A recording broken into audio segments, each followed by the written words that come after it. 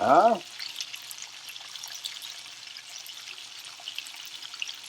You can almost smell that through the video, huh? Boy, that smells good. So this is breakfast. That's the bacon. And I'm going to go, we got like 5 pounds. And I'll cook like 5 pounds of this up. And it'll be breakfast for today and then snacks throughout the week. So when I cook it, I'm going to, this load here will go this way, and then the next will go this way, and then like that, and then like that. I mean, I'll alternate which way the bacon's facing when it's in the pan. And my theory there is that way it won't get I won't build a pattern into the bottom of the pan. I don't want it to be a pattern. In case I ever want to use this pan for anything besides bacon and breakfast. That's the Lodge 10 in action. More to follow. All right, the Sunday bacon is about halfway right now. You can see that, I rotate the pattern around with a little bit, but also you see all that stuff that's cooking out of the grease, all that brown.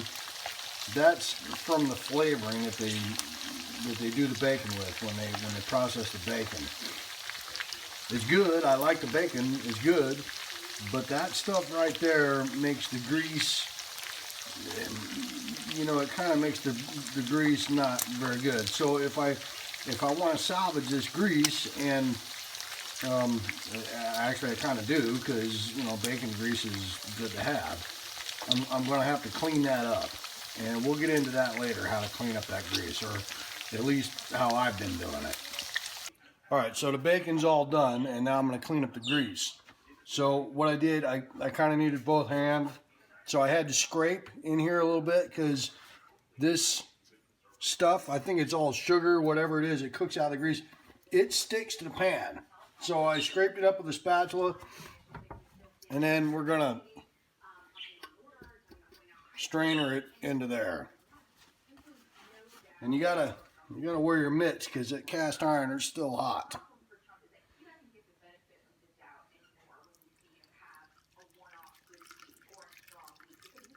And I want to take this opportunity to thank the good folks at Lodge for not making a more pronounced spout. You see, it's almost impossible to pour anything out of these pans without spilling shit all over the place. A more pronounced spout, I think, probably wouldn't be that difficult to do, and it would change the whole nature of how this pan works. See all that stuff left over? It's all sugar and brown sugar and honey and whatever they put in the bacon season.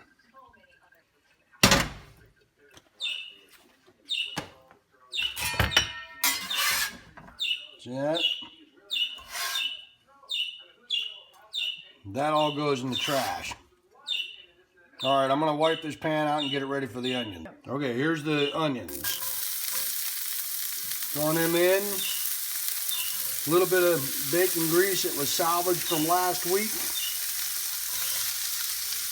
It's good to have these onions, because the onions that come in the potatoes aren't very much. And they give a good flavor to the potatoes. You fry those up for a minute in that bacon grease. It's going to be really good. All right, these onions are about ready, so in goes the frozen, store-bought, cheap shit potatoes O'Brien.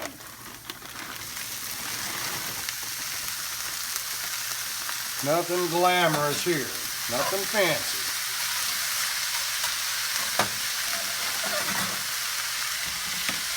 We're going to put some of this on top just because it's the law.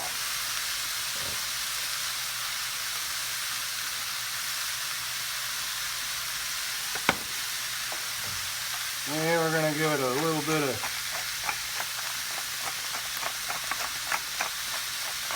of pepper.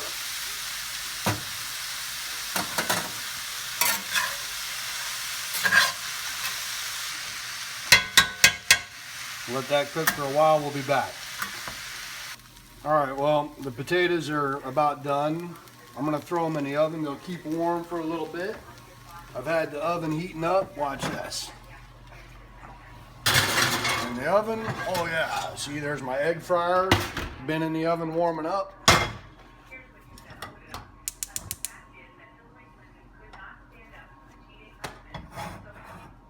That's gonna be good.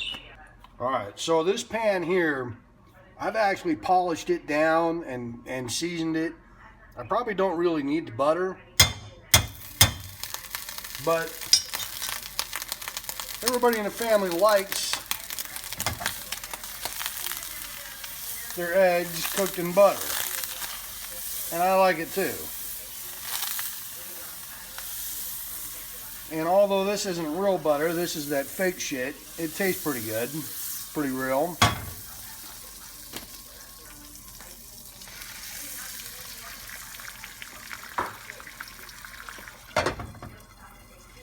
So you put the lid on it like that because it traps the steam and the heat.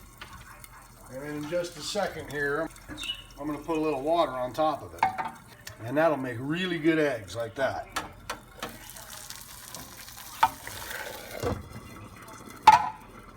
See that steam starts to build up, and then it cooks it from the top and as well as from the bottom. See, while those are cooking, I'm putting some potatoes on a plate, breakfast for somebody. Look at that shit. That is the perfect medium egg.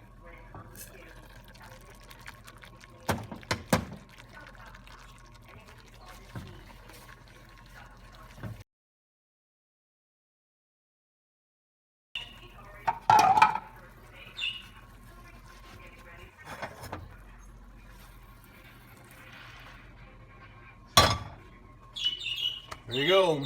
That's breakfast. All right, well, as I mentioned earlier about cleaning up the bacon grease, I took some of the grease that was in here, poured it in this glass saucepan, and I've got the flame turned on to low. So what's going to happen is that grease is going to heat up and begin to boil a little bit in this saucepan. See how dirty that is? But that's the other thing, it's on water. Once that water begins to boil, the trick is to heat this up really, really slowly. If that water tries to boil before the grease is good and hot, it'll burp, sort of. And grease and hot water will go flying all over the kitchen.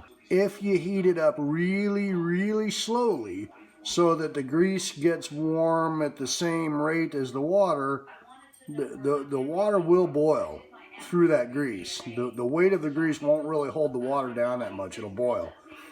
And every time a bubble of water goes up, bloop, and then sinks again, every time that bubble sinks, it'll drag some more of that crud out of the grease.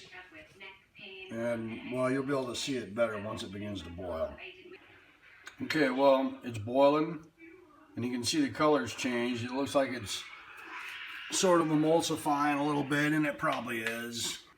But you see the water's getting more murky, and you can see up in there the impurities are beginning to separate from the grease. And what they'll do is they'll float on top of the water but trapped below the grease. Heavier than the grease, lighter than the water. So in essence, it's all sort of stratifying a little bit. And as you can see, every time it boils, there's a piece of the water that goes up and comes back down. Well, when it comes back down, it brings just a little bit more of the stuff out of the grease, and that's how you end up with that. But like I said before, the trick here is to boil it, heat it up really, really slow. If you heat this up too fast, I'm telling you right now, you're going to have grease all over your stove. I know this because I've done it, all right? Very dangerous. Kids, don't try this at home. Kids, don't be doing this with a buzz. There ain't no holding my beer or watch this. You got to be sober and you got to be paying attention. And you got to know a fast way out and catch your kitchen on fire. All right, so I'm going to let that cook for a little while longer, let it boil a little longer, and then The next step will be to chill it, because the grease now has to harden for the rest of the cleaning phase to work. We'll get to that later. Okay, the grease is cooled. I actually put it in the fridge for a while, so you can see, I mean, there's some condensate on the side there, but it's cool. And you can see the difference in the water. Remember, it was a lot clearer than that. Now it's, and there is all the stuff that we're going to get rid of. Here's how we do it. Take a small fork or something,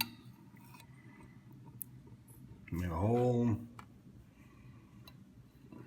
over there by the spout. You sort of want 2 holes.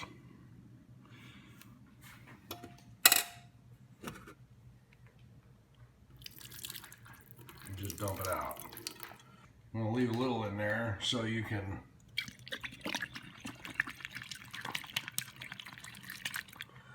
shake it up like that. And that dislodges all the stuff you're trying to get rid of, because it's stuck to the bottom side of the grease. A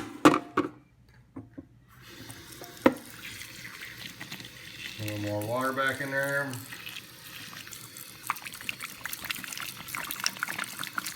Shake him up again. And dump.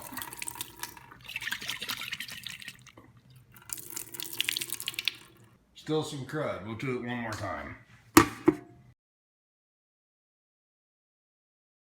That's better. We're going to melt it and then filter it one more time, and then that'll be done.